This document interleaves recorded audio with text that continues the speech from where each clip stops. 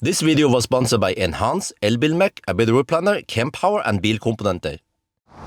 Yo, what's up? Today we are at Bolleland and we're gonna test the range of this Ford Capri. Yeah, the legend is apparently back in electric version. But wait, Capri, the fossil Capri, that's like a sports sedan, right? Just like the Mustang was a sports sedan, American muscle. And then what the heck is Ford doing? Because the electric Mustang Mach-E is SUV. And then the Capri here is also an SUV, crossover, whatever. And then the Ford Explorer is fossil, is supposed to be a quite spacious fossil car. But then the electric Explorer is basically the same as this. When you check the spec on EV database, you will see that it has the same drivetrain, the same battery. Everything is the same, except for minor changes, maybe a millimeter, a few millimeter differences. I'm not even going to do banana box test. It's probably going to be the same, but at least this time we have some aerodynamic rims. Oh, this is actually metal. Wow. Yeah. So, but 20-inch wheels. I wonder, will we get pretty good efficiency today? Because it is hot outside. It's in the beginning of March. You can see the snow is melting, but it's 12 degrees Celsius. It might even be hotter today. Wow, I should bring my Schwartz even. Wait, what? No, what the heck, man? Gee, what is this? Every time we enter the car, it starts playing music. No, is this a Chinese car or what? Okay, so we go here. No, how is this again? It's kind of clumsy. We go here and then, okay, it already cancelled it. Even though this is, there. Okay, so we will do the regular route. Whoa. Okay, at least it's snappy, right? We'll do the regular route over to Rudshøgda. Well, maybe not right. Man, why is it that when I do stuff, it just, yeah, you see, it makes, it doesn't do what I want to do. Okay, there. We don't want to navigate to a fast charger, but then it will preheat. Start. So that's a 106 kilometer loop round trip, and we will measure the consumption. Yeah. So let's get started. Well, actually, before I start, let me just show you. When I say that it is the same, interior is exactly the same as the Explorer. This Bang & Olufsen soundbar or whatever is exactly the same. Steering wheel is the same. Okay, maybe except for these holes here, I'm not sure. The same interior trim, the same center console, the same. The carbon fiber, everything is the same. Okay, maybe the seats are slightly different. Yeah, but you basically get the identical car almost, but it is more expensive. I have the spec sheet here. So okay, if you go to this, okay, so Ford Capri Premium all-wheel drive, yeah, 79 kilowatt hour. Oh yeah, I forgot to mention that in car scanner right now we have driven a bit, but this morning when I checked, it was reporting 78.7 kilowatt hour, and then in the Explorer I managed to, measured I can get around 78 kilowatt hour after losses from actual driving. So yeah, so it means that this battery, it is a 79 kilowatt hour net capacity minus some losses, you know, and 560 kilometers of range. Eh? Can we actually get that today? So it has head-up display. It has the nice seats here. What the heck is AGR certification? Yeah, but okay, small difference is that this seat is electric adjustable with memory.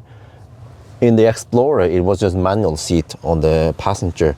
But heat pump, yes, many people keep asking me, do we have heat pump on the cars? Yeah, almost without exception. The cars I test in Norway, they have heat pump. Many importers, they make heat pump standard because, you know, this is Norway, yeah. And yeah, this car cost almost 600K NOK. It better be good then. We're on the move. We have to cruise 123 kilometers per hour to match 120 GPS speed. It is a bit windy today though. We get wind from this way, a dangerous angle. Okay, let's not do that. But yeah, we have the same instrument cluster here. We have the same head-up display with a small opening. What is it supposed to be? An AR version of it also? I'm not sure. But yeah, and the consumption should be low now in the tailwind direction.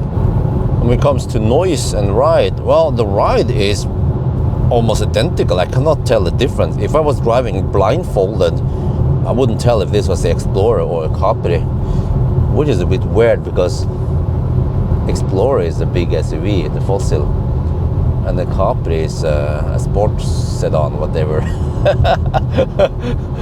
But yeah, when it comes to noise though, it seems like this is slightly noisier because we have 20-inch. So we have 235 45 front and then 255 45 rear, but they're 20-inch, and then the Explorer had 19-inch, but the same Nuk and Hakkapeliitta 5 EV tires.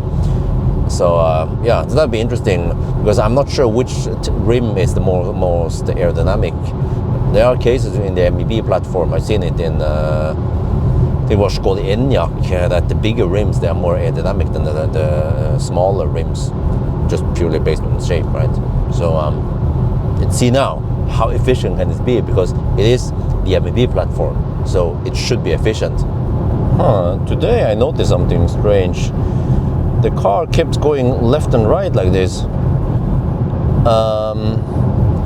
It's acting like a drunken driver, a Chinese car. But I think it. Whoa! Look at that! Look at that! Okay. I purposely don't hold the steering wheel because I don't want to interfere with how it's steering. But it goes like this. But I think it is because it's windy outside and we have some heavy crosswinds. I've seen other drivers also drive kind of drunken, right?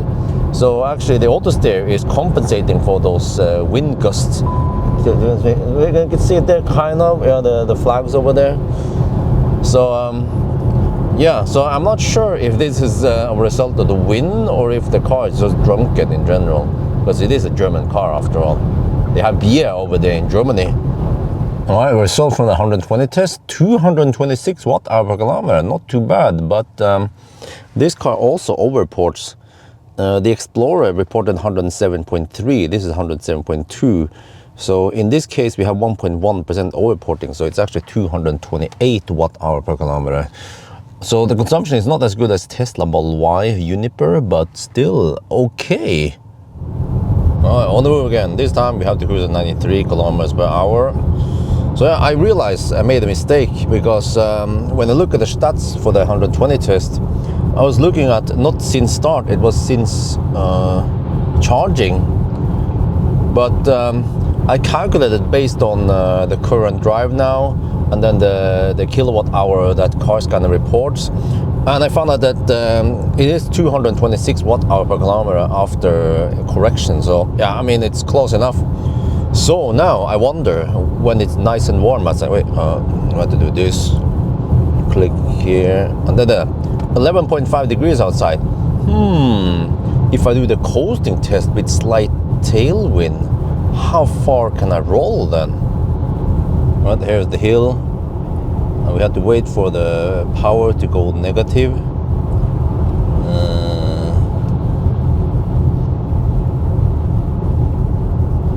Wait for it. There, okay.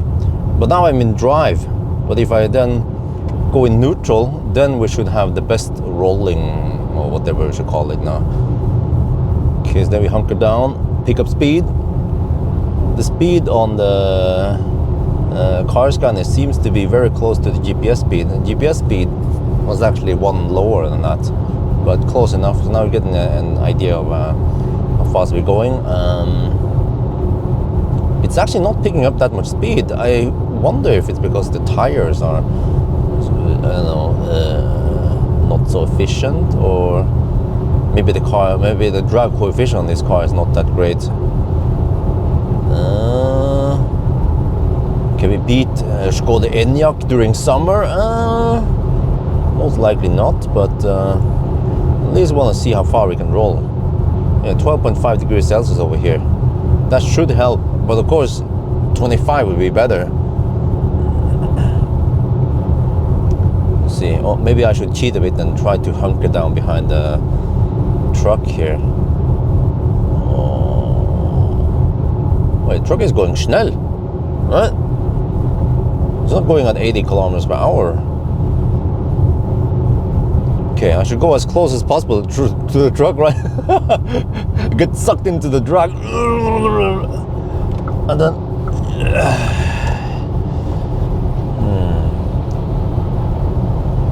Well, you can still roll quite far, huh? Not too bad for a Ford, yeah. The poor man's car. Okay, maybe not, but... Come on, keep rolling, keep rolling, keep rolling. Still haven't hit 90 kilometers per hour yet. We're about to hit it. There, okay, that's it. Yeah. And it's still okay, it's like a classic Ioniq. But I think it was this sign where the Ioniq stopped or hit 90. So, there you go. One of the most efficient cars we tested. Okay.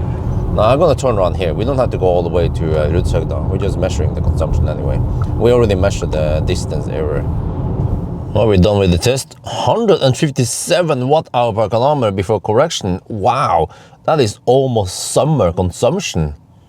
So from the test today, you see that we have okay consumption compared to the Q4 e-tron. It's better, and also okay compared to the Explorer. But then the Explorer had 1 degree Celsius, so of course temperature makes a difference there. But I'm not sure if the 19 and the 20-inch wheels are the best. Maybe the 19 are better. Maybe they are also aerodynamic. So for the best efficiency, maybe you should go for the 19-inch. But other than that, what else do we see? Yeah, the other test, by the way, the MBB cars I mentioned in the table here, they actually have slightly less energy than what we measured here. And this, well, actually I haven't measured this, but I've seen it when we look at car scanner, but also in the Explorer. So around 78 kilowatt hour net capacity. That's 3 kilowatt hour more than the other, roughly. So of course that also helps for more range. But then, which car should you go for, right? Explorer or Capri? Well, they are more or less identical. So for me, I haven't figured out which you should go for yet. Maybe Capri looks a bit cooler than the Explorer at least. And space-wise, they should be more or less the same. So yeah, at least now you have another alternative. If you don't want Volkswagen or VAG MEB car, you can get Capri, the legend. Yeah. So that's gonna be it for now. Hope you guys enjoyed this video. As always, thank you for watching and talk to you later.